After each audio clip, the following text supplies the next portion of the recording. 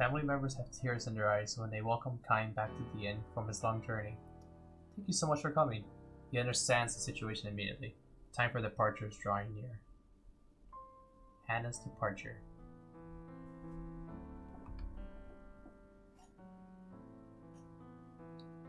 Too soon. Too soon. But still, he knows, his day would have to come sometime, and not in the distant future. I might never see you again, she said to him with a sad smile when he left on his journey, her smiling face almost transparent in its whiteness, so fragile, and therefore indescribably beautiful, as she lay in bed.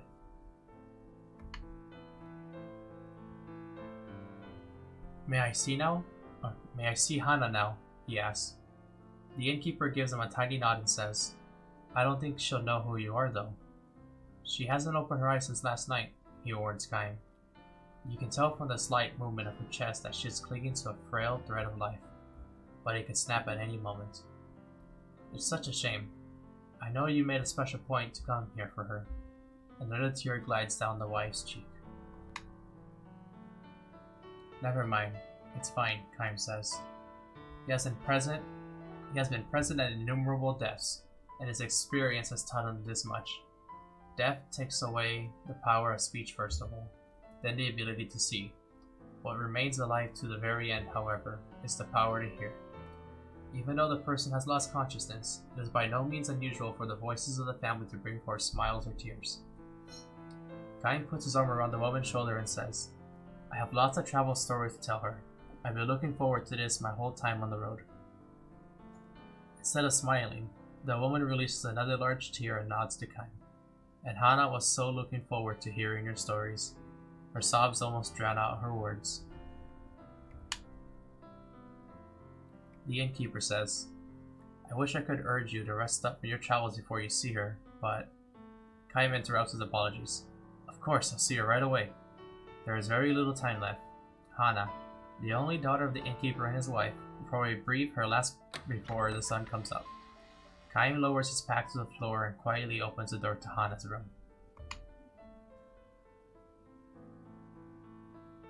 Hanna was frail from birth. Far from enjoying the opportunity to travel, she rarely left the town or even the neighborhood in which she was born and raised. This child would probably not live to adulthood, the doctor told her parents. To this tiny girl with extraordinarily beautiful, doll-like features, the gods had dealt an all too sad destiny. If they had allowed her to be born the only daughter of the keepers of a small inn by the highway was perhaps one small act of atonement for such iniquity. Hanna was unable to go anywhere, but the guests who stayed at her parents' inn would tell her stories of the countries and towns and landscapes and people that she would never know. Whenever new guests arrived at the inn, Hanna would ask him, Where are you from? Where are you going? Can you tell me a story?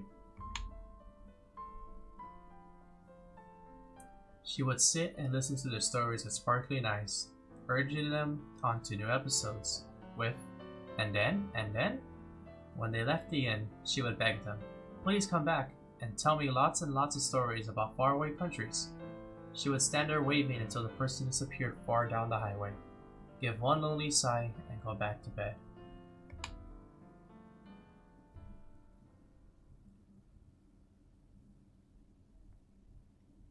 Hanna is sound asleep. No one else is in the room, perhaps an indication that she has long since passed the stage where the doctors can do anything for her. Kaim sits down in the chair next to the bed and says with a smile, Hello, Hanna, I'm back. She does not respond. Her little chest, still without the swelling of a grown woman, rises and falls almost imperceptibly. I went far across the ocean this time, he tells her. The ocean on the side where the sun comes up. I took a boat from the harbor way, way, way far beyond the mountains you can see from this window. And I was on the sea from the time the moon was perfectly round, till it got smaller and smaller, and then bigger and bigger until it was full again. There was nothing but ocean as far as the eye could see. Just the sea and the sky. Can you imagine it, Hanna? You've never seen the ocean, but I'm sure people have told you about it. It's like a huge, big, endless puddle. Kaim chuckles to himself. and it seems to him that Hanna's pale white cheek moves slightly. She can hear him, even if she cannot speak or see. Her ears are still alive. Believing and hoping this to be true, Kaim continues with the story of his travels. He speaks no words of parting. As always with Hanna, Kaim smiles with a special gentleness he has never shown to anyone else, and he goes on telling his tale with a bright voice, sometimes even accompanying his story with exaggerated gestures. He tells her about the blue ocean, tells her about the blue sky. It says nothing about the violent sea battle that stained the ocean red. He never tells her about those things.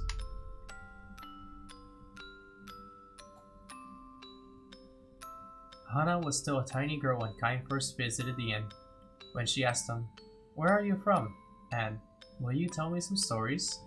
With her childish pronunciation and innocent smile, Kaim felt a soft glow from his chest. At the time, he was returning from battle. More precisely, he had ended one battle and was on his way to the next. His life consisted of traveling from one battlefield to another, and nothing about that has changed to this day. He has taken the lives of countless enemy troops and witnessed the deaths of countless comrades on the battlefield. Moreover, the only thing separating enemies from comrades is the slightest stroke of fortune. Had the gears of destiny turned in a slightly different way, his enemies would have been comrades and his comrades' enemies. This is the fate of the mercenary. He was spiritually worn down back then and feeling unbearably lonely. As a possessor of eternal life, Kaim had no fear of death, which is precisely why each of the soldiers' face is distorted in fear, and why each face of a man who died in agony was burned permanently into his brain. Ordinarily, he would spend nights on the road drinking, immersing himself in an alcoholic stupor, or pretending to. He was trying to make himself forget the unforgettable. But when, however, he saw Hanna smile as she begged him for stories about his long journey, he felt a far warmer and deeper comfort than he could ever attain from liquor.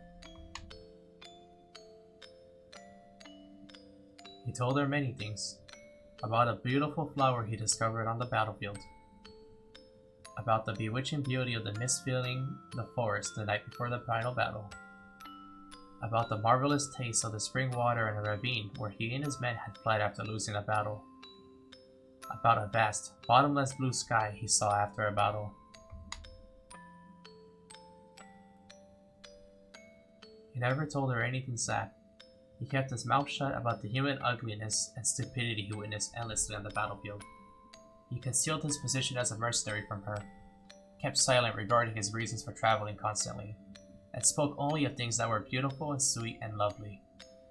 He sees now that he told Hanna only beautiful stories of the road like this, not so much out of concern for her purity, but for his own sake.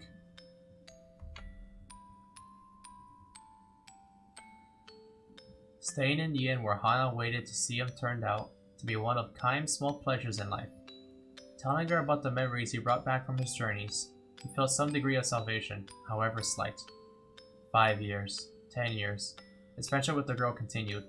Little by little, she neared adulthood, which meant that, as the doctors had predicted, each day brought her that much closer to death. And now, Kaim ends the last travel story he will share with her. He can never see her again, can never tell her stories again. Before dawn, when the darkness of night is at its deepest, long pauses enter into Hanna's breathing. The felt thread of her life is about to snap as Kaim and her parents watch over her. The tiny light that had lodged in Kaim's breast will be extinguished. His lonely travels will begin again tomorrow. His long, long travels without end. You'll be leaving on travels of your own soon, Hanna, Kaim tells her gently. You'll be leaving for a world that no one knows, a world that has never entered into any of the stories you've heard so far. Finally, you will be able to leave your bed and walk anywhere you want to go. You'll be free. He wants her to know that death is not sorrow but joy mixed with tears. It's your turn now. Be sure and tell everyone about the memories of your journey. Her parents will make that same journey someday, and someday Hanna will be able to meet all the guests she has known at the inn, far beyond the sky. I, however, can never go there. I can never escape this world. I can never see you again. This is not goodbye. It's just the start of your journey. He speaks his final words to her. We'll meet again. His final lie to her.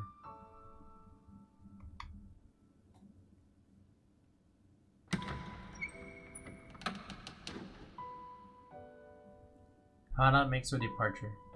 His face is transfused with a tranquil smile as if she had just said, "See you soon." Her eyes will never open again.